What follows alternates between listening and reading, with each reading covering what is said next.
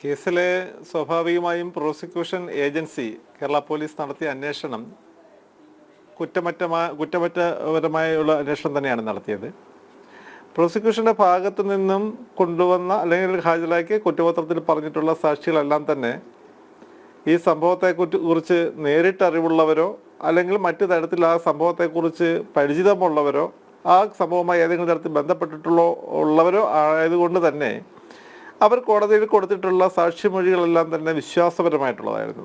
കള്ളസാക്ഷികളെ പറഞ്ഞു പഠിപ്പിച്ച് കോടതിയിൽ കയറ്റി മൊഴി കൊടുപ്പിച്ച് പ്രോസിക്യൂഷൻ വിജയിപ്പിക്കുക എന്നൊക്കെ പല ഡിഫൻസ് ലോയർമാരും പറയുന്ന തരത്തിലേക്കൊന്നും ഈ കേസിന് പോകേണ്ടി വന്നിട്ടുള്ളതല്ല. കാരണം സാക്ഷികളെല്ലാം നാച്ചുറലായിരുന്നു.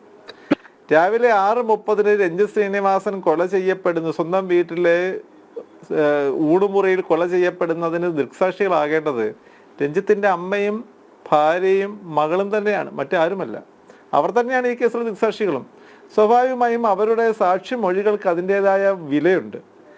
ഇവിടെ ഈ കേസിനകത്ത് ഇത്തരത്തിലുള്ള ദൃക്സാക്ഷി മൊഴികളെ കൂടാതെ തന്നെ പുതിയ സാങ്കേതിക വിദ്യയുടെ സഹായത്തോടു കൂടിയുള്ള എല്ലാ തെളിവുകളും ശേഖരിക്കുവാനും പ്രോസിക്യൂഷന് സാധിച്ചു. അത് ചില ഉദാഹരണങ്ങളെന്ന് പറഞ്ഞു കഴിഞ്ഞാൽ, പ്രതികൾ മണ്ണഞ്ചേരി എന്ന് പറയുന്ന പ്രതികൾക്ക് വളരെയേറെ സ്വാധീനമുള്ള പ്രദേശത്തു നിന്നും 4 മോട്ടോർ സൈക്കിളുകളിലായി 8 പേർ രഞ്ജിത്തിനെ കൊല ചെയ്യാൻ വേണ്ടി ആലപ്പുഴ ടൗണിലേക്ക് എത്തുന്നു. അതേപോലെ തന്നെ അതേ സമയം തന്നെ മറ്റൊരു സംഘം ആളുകൾ 4 പേർ 2 ഇരുചക്ര വാഹനങ്ങളിലായി അവിടേക്ക് എത്തുന്നു. ഇവരുടെ യാത്രാ മാർഗം കൃത്യമാണ്. ആ യാത്രാമാർഗത്തിലുള്ള CC ക്യാമറ ദൃശ്യങ്ങളിൽ ഇവരുടെ വാഹനങ്ങൾ പതിഞ്ഞിട്ടുണ്ട്. ആ വാഹനങ്ങളിൽ ഇവർ എത്തുന്ന ദൃശ്യങ്ങളുണ്ട്.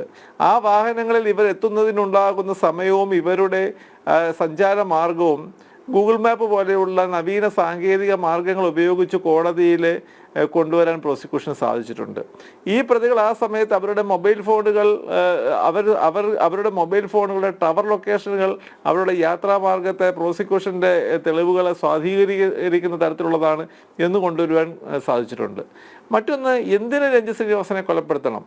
ആ കൊലപ്പെടുത്തണം നമ്മൾ സാധാരണ രീതിയിൽ നിയമത്തിൻ്റെ ഭാഷയിൽ മോട്ടീവ്, ദൃക്സാക്ഷികളുള്ള കേസിൽ മോട്ടീവ് ഒരു പ്രധാന ഘടകമല്ല എങ്കിൽ പോലും ഈ കേസിനത് മോട്ടീവും കൃത്യമായ തരത്തിൽ തന്നെ കോടതിക്ക് മുമ്പാകെ തെളിയിക്കുവാൻ സാധിച്ചു.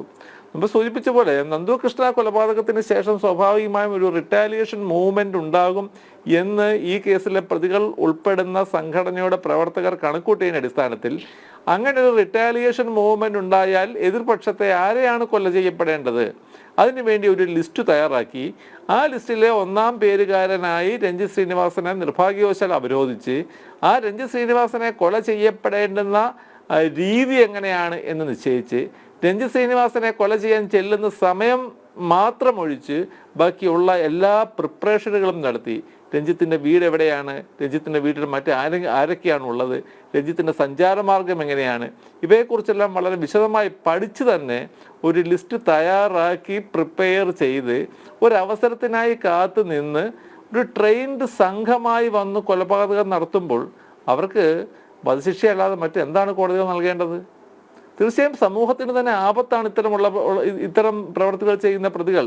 ആ ആരോപണം അല്ലെങ്കിൽ ആ തരത്തിലുള്ള ഒരു വാദമുഖമാണ് ഈ കേസിൽ പ്രോസിക്യൂഷൻ കോടതിക്ക് മുമ്പാകെ ഉയർത്തിയത്.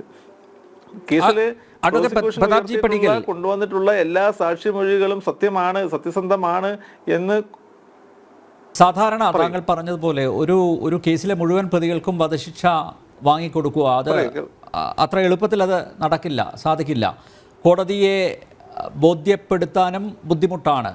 പക്ഷേ ഇവിടെ 15 പ്രതികൾക്കും തൂക്കുകയർ ലഭിച്ചിരിക്കുന്നു. സാധാരണ ഈ എക്സിക്യൂഷനിൽ പങ്കെടുക്കുന്ന ആരാണ് ഈ കൃത്യം നിർവഹിക്കുന്നത് അവർക്കാണ് വധശിക്ഷ കൊടുക്കാറുള്ളത്. ഇപ്പോൾ താങ്കൾ ശ്രദ്ധിച്ചു കാണും, സാമൂഹ്യ മാധ്യമങ്ങളിലൂടെ വരുന്ന പ്രതികരണങ്ങൾ അതൊക്കെ അടിസ്ഥാനമാക്കിയുള്ളതാണ്. ഇപ്പോൾ ഈ എക്സിക്യൂഷനിൽ പങ്കെടുക്കാത്തവർക്കും വധശിക്ഷ ലഭിച്ചിരിക്കുന്നു. അത് എങ്ങനെയാണ്?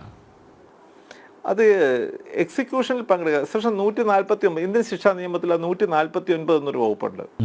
ആ 149-ാം വകുപ്പ് പറയുന്നത് ഒരു കൃത്യത്തിൽ നേരിട്ട് പങ്കെടുത്തിട്ടില്ല എങ്കിൽ പോലും ആ കൃത്യത്തിൻ്റെ ഭാഗഭാക്കാകുന്നവർ അവർ പലതരത്തിൽ അതിനകത്ത് ഭാഗഭാക്കാകാം. അവരോട് പക്ഷേ ആ കൃത്യസ്ഥലത്ത് എത്തണമെന്ന് നിർബന്ധമില്ല.